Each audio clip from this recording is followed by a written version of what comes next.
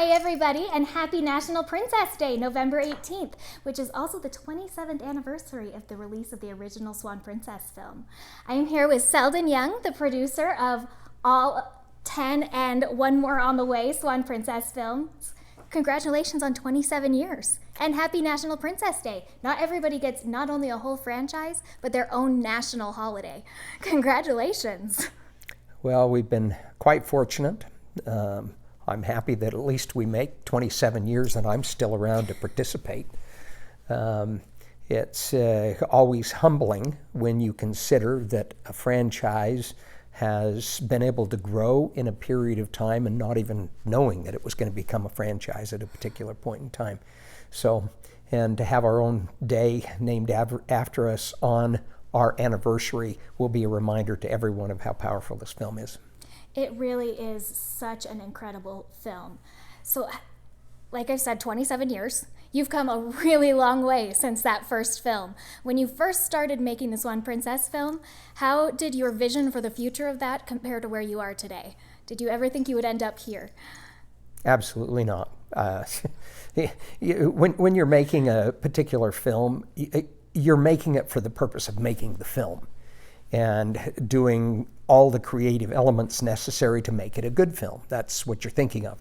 You're not thinking anything but the film. That whole vision came later. It's so cool. It's really amazing. Was there ever any time in this film's production, this is a feature-length, hand-drawn film from a smaller studio, was there ever a time when you just wanted to throw in the towel and decided this is a huge undertaking, maybe we're not ready for this yet? There's a lot of backstory to that question, and it's difficult to answer it in a short period of time. But I will, we've got a whole interview. I will tell you that, in fact, there were times that I asked myself the question, why did we do this? It didn't make sense with our original business plan that we had already planned out with 22 to 26 minute films as opposed to doing a full-length feature.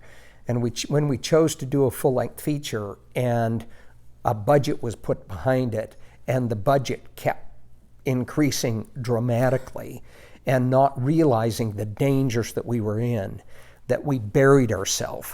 And once you're so buried in a film, obviously you do go through the stages of, do I quit or do I just find another way? And it's not in my personality to be a quitter.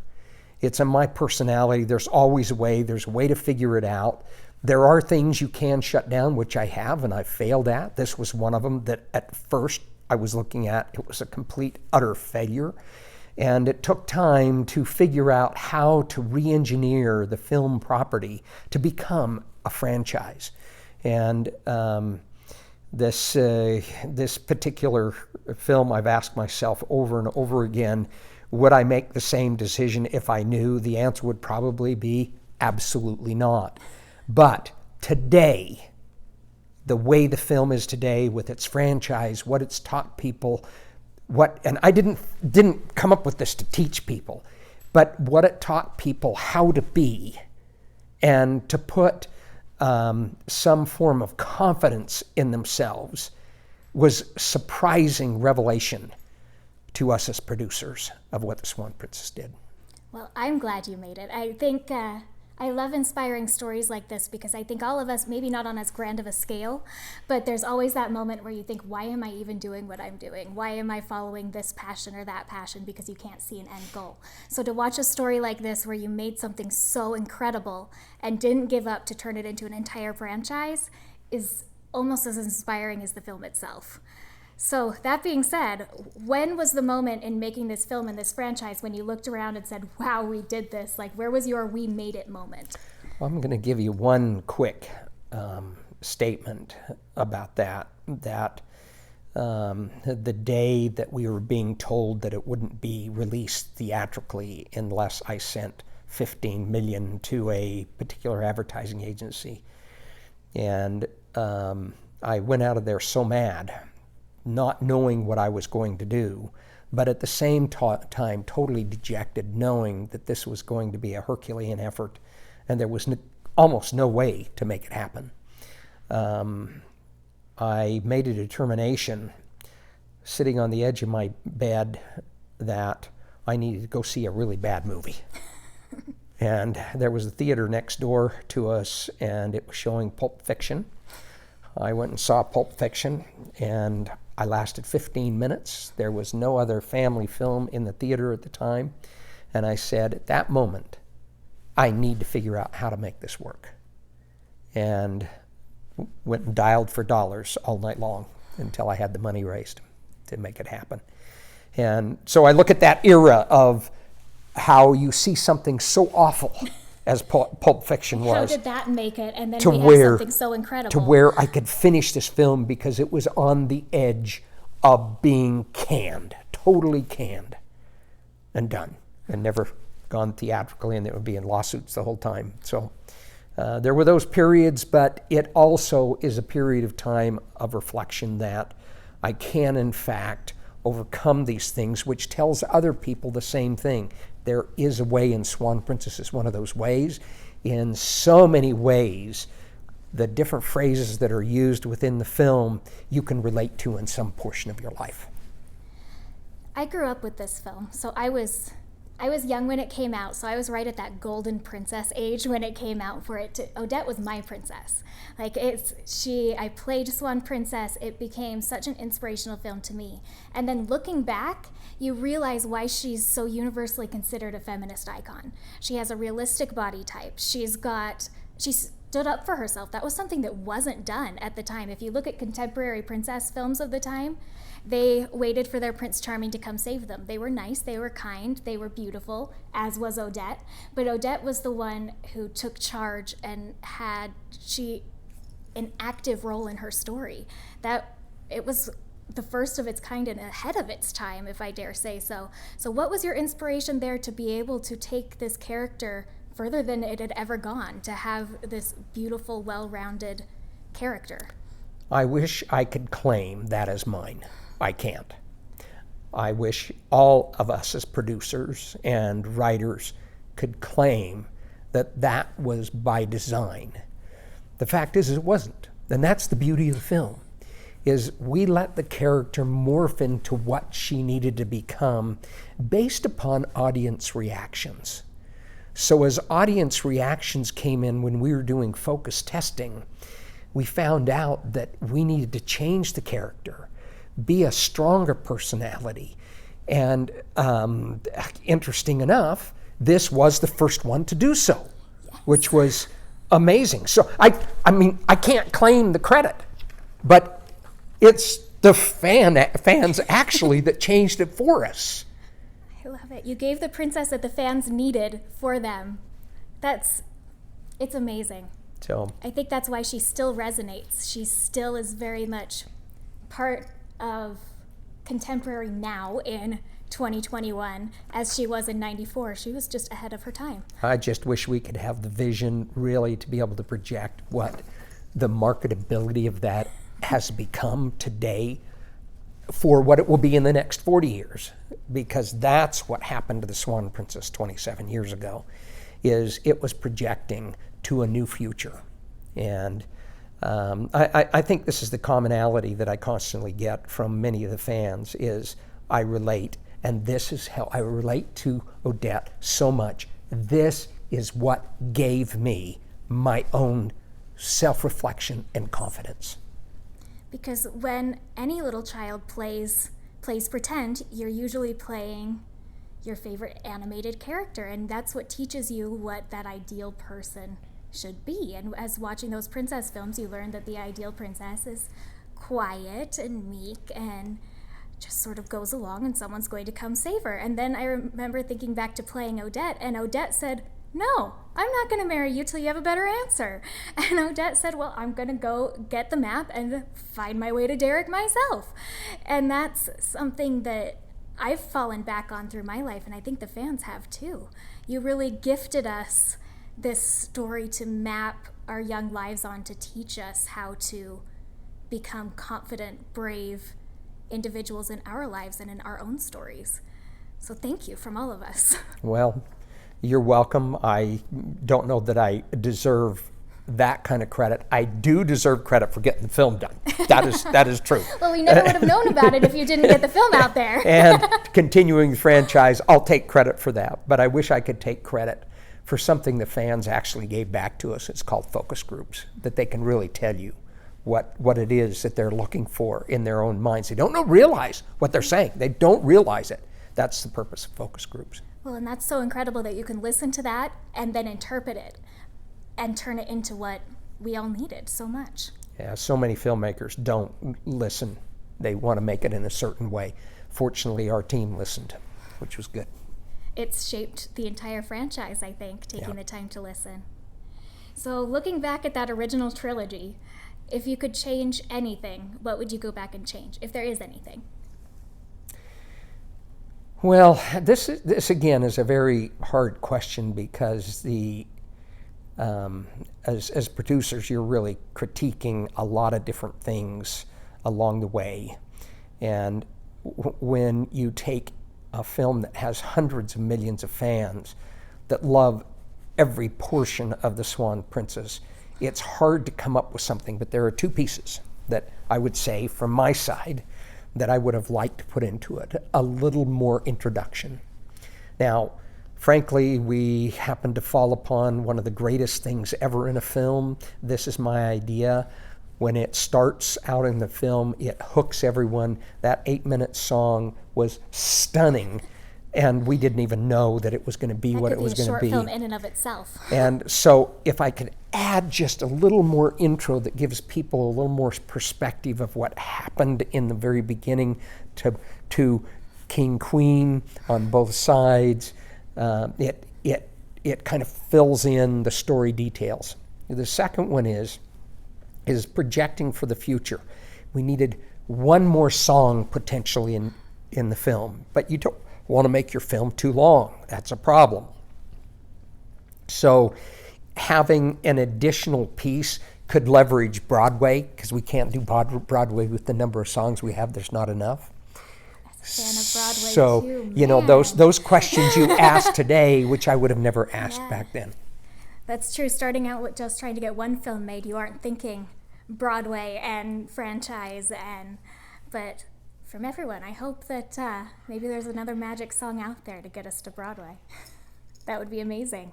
Well, hopefully we can use some of the ones from the other films now. Which are incredible. As you brought up the other films, that was my next question. They jumped to those CGI sequels, which are beautiful, by the way. I love that they kept the original feeling of the film, but made it for a new computerized CGI generation. That came 14 whole years later.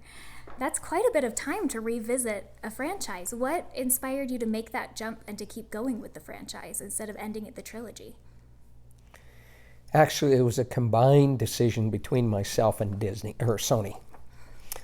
I don't know why I would ever do that, other than so many people this last week came up to me and said, "Oh, I noticed your shirt, that gorgeous Disney film, The Swan Princess."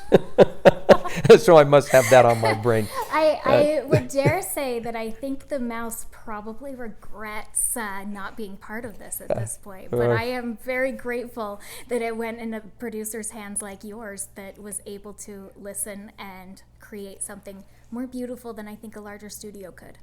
So let me talk to your question, because I think it's very appropriate that people understand something. Because so many people ask me the question about the CGI. Why CGI, not traditional 2D hand-drawn animation? Now, we're pretty proud of the fact that Swan Princess was the last fully hand-drawn theatrical film to be released, animated film to be released. Even though there were two more hand-drawn pieces, that they weren't theatrically released with the trilogy on 2 and 3. But when it came to CGI, first and foremost, to create something with 2D animation, there aren't the number of artists you need anymore. They've all gone to a CGI format. And the costs associated with that would be so expensive you couldn't make it happen. And we don't have the budget to do the sequels like we had the original one that was created for theatrical. It's really a lost art form. It's a lost art form. That's exactly right. So to create that and recreate it, the hundreds of millions today to do that is just too difficult. And the second reason, when we started thinking about what was happening to the marketplace, children were being brought up on CGI, and then we reintroduced them to 2D. They don't like it. No, it's a digital generation. So, we had to make that decision. It was a real hard one because we love traditional animation. Absolutely love it from all of our team. Switching over to it made it possible to meet budgets, meet timelines. Realize Swan Princess 1 was 5 years just in the making, starting with the original artwork. So you don't have that kind of time. You've got 67 weeks to do CGI. You can do it in that time by doing it computerization. The way people consume media now, they're ready for the next one immediately. Yeah, People that's don't right. want to wait those 5 years. We've gotten way too used to. We're a digital generation now.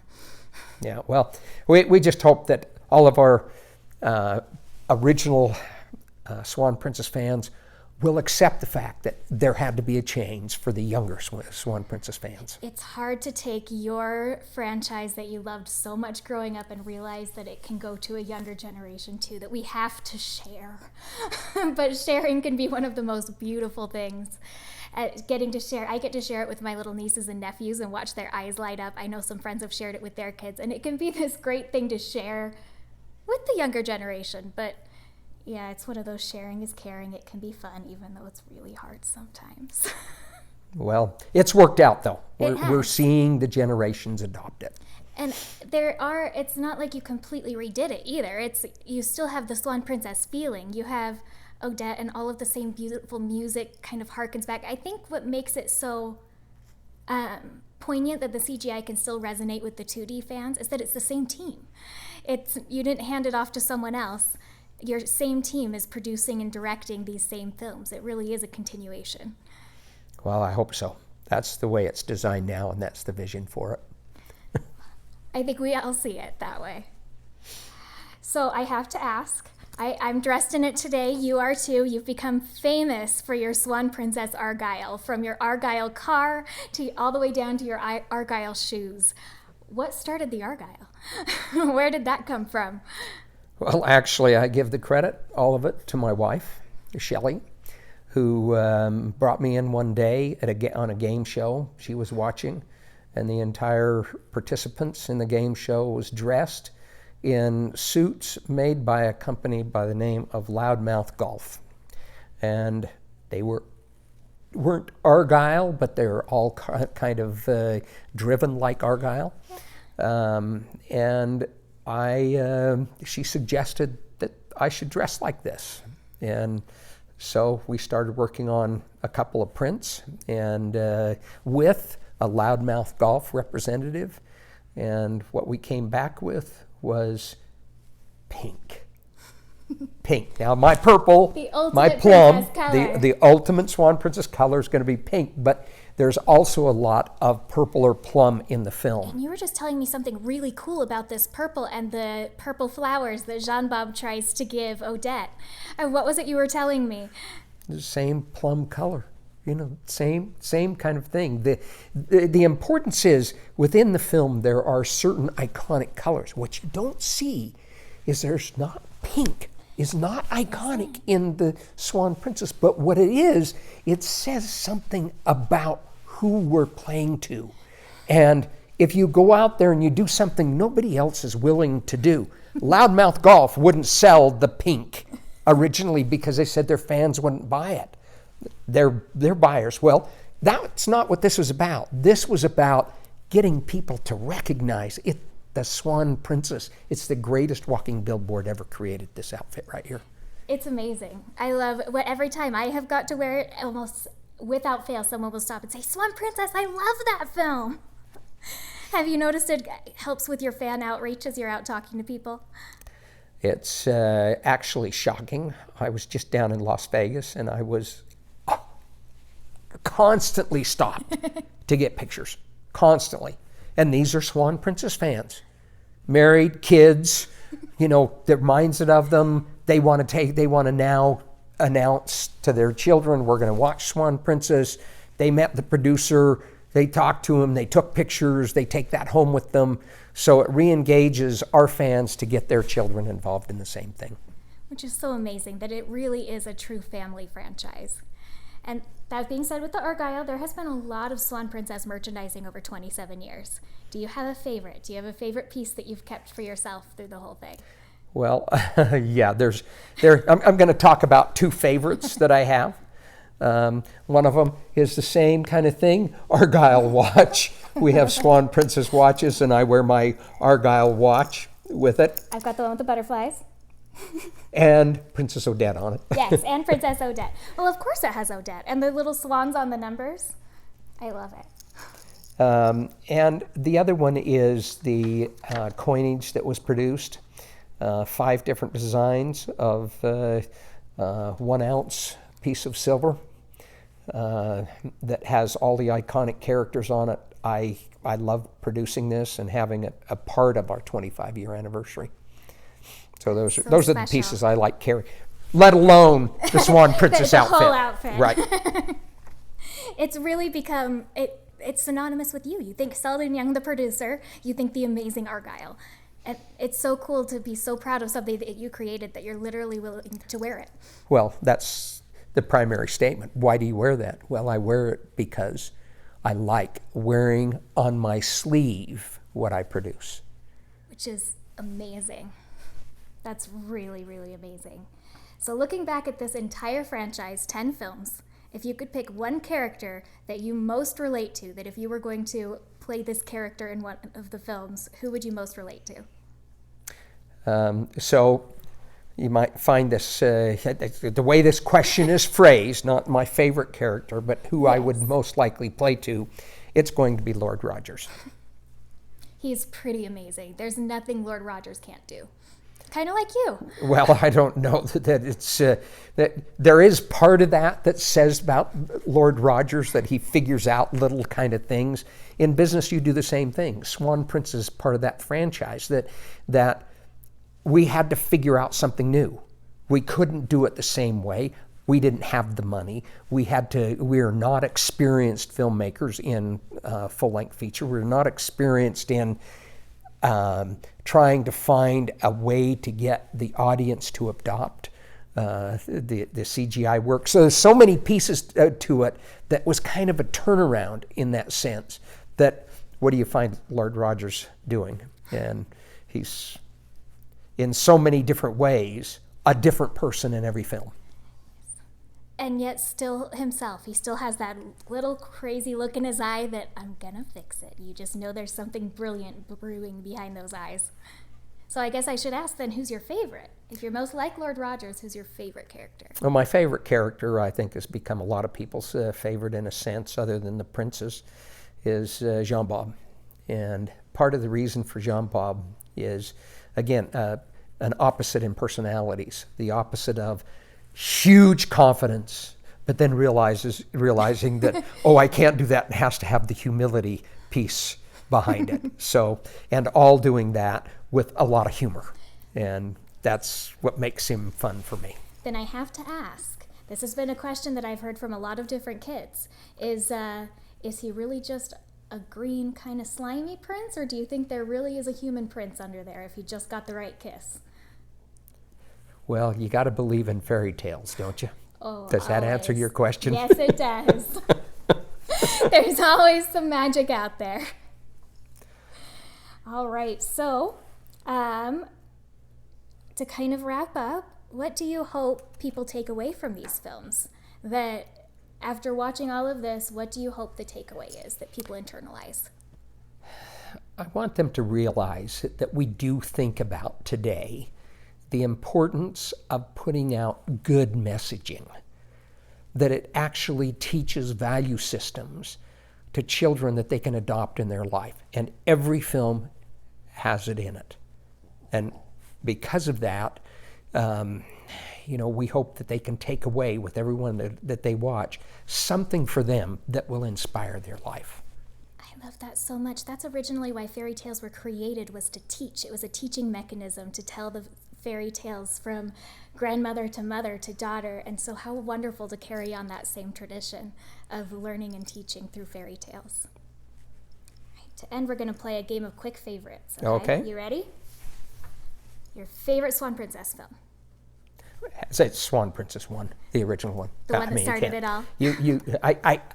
Look, I have some of my other ones that are CGI that are ones that I really like, but this is the iconic film that created everything. It's got the charm, the music, the pieces that created what we can continue to create now. And so it has to be the original Swan Princess. Besides, I love the 2D animation. It's beautiful. It's absolutely beautiful. Every single frame is a work of art. All right, favorite sidekick? So, favorite sidekick. Actually, it is number 9. I love number 9. And obviously, it was the sidekick of Rothbart in Swan Princess 4. And has become a sidekick of several characters. He turns around, right? He turns around, has become Jasper. Jasper. So he's just as sassy though. He hasn't left his sass behind. He's kind of that iconic cat that you look for, and I've loved the fact that the team named him number 9 and the importance of that. So that's my favorite sidekick. I love that he can turn around and be a hero, and that he's a little bit scraggly. You can have heroes that aren't always that perfect, beautiful sidekick. He's a little bit scraggly on the edges, but when it comes down to it, he always pulls through. Yeah. All right, favorite villain. There's been a lot of them. Well, again, I'm going to have to go back to the first one because you had such an iconic character and played by an iconic voice, Jack Palance, that brought this film forward. The song "No More Mr. Nice Guy," what a kick that was. So it's not hard for me to choose the character since it came from the original film.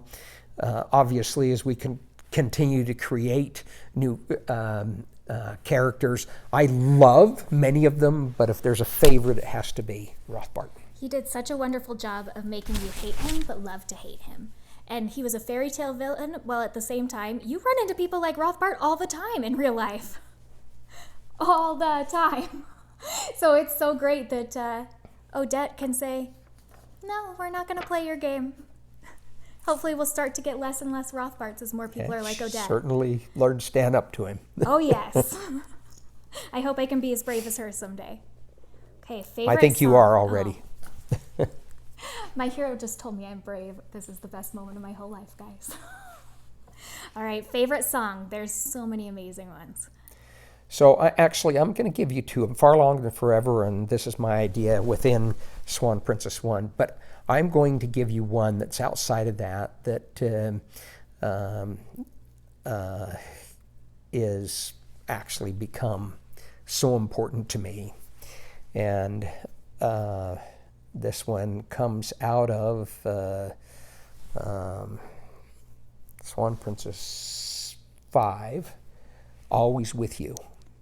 That one's so special. I can't make it through that one without crying ever. The reason why Always With You is so important to me, it had a double meaning, not just for the film, but it was also as a gift that I gave to the country of Thailand, because I was caught in a worldwide natural disaster there, and this was a song that I presented to a particular town called Nam Kem in Thailand, and so it holds special presence for me, and I listen to it all the time.